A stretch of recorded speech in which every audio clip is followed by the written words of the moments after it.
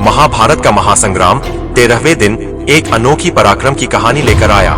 त्रिगर्त देश का राजा सुशर्मा, जो अर्जुन का कट्टर प्रतिद्वंदी था, इस दिन वह एक महत्वपूर्ण भूमिका निभा रहा था। सुशर्मा और अर्जुन के बीच की प्रतिद्वंद्विता युद्ध के दौरान और भी उग्र हो गई थी।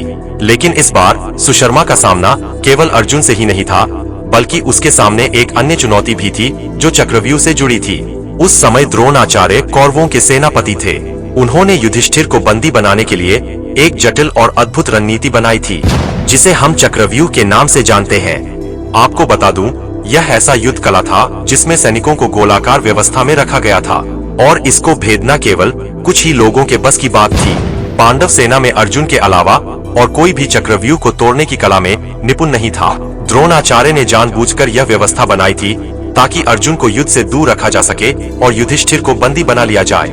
इधर सुशर्मा, जो अर्जुन की शक्तियों को अच्छी तरह से जानता था, वह स्थिति का सही मूल्यांकन कर चुका था। उसने अपनी पूरी शक्ति लगाकर एक नायाब योजना बनाई। उसने युद्ध के मैदान में अर्जुन को चक्रव्यूह से दूर रखने का जिम्मा उठाया। उसे पता था कि अर्जुन को हराना असंभव है, लेकिन उसकी योजना थी कि उसे चक्रव्यूह में फंसने से रोकना है। सुशर्मा ने अपने भाइयों के साथ मिलकर अर्जुन की रणनीतिक स्थिति को कमजोर किया। उसने अर्जुन को ध्यान केंद्रित नहीं करने दिया और चक्रव्यूह से दूर रखने के लिए हर संभव प्रयास किया। समय के साथ सुशर्मा और उसके भाइयों ने युद्ध के मैदान में अपने प्राणों की आहुति दी। वे वीरता के प्रतीक बन गए और उनके बलिदान ने एक नई कथा को जन्म दिया। सुशर्मा की कुर्बानी ने युद्ध के उस दिन को एक ऐतिहासिक मोड़ दिया। चक्रव्यूह को भेदने के लिए अर्जुन की आवश्यकता को बढ़ा दिया और युद्ध के निर्णायक क्षणों को स्थापित किया।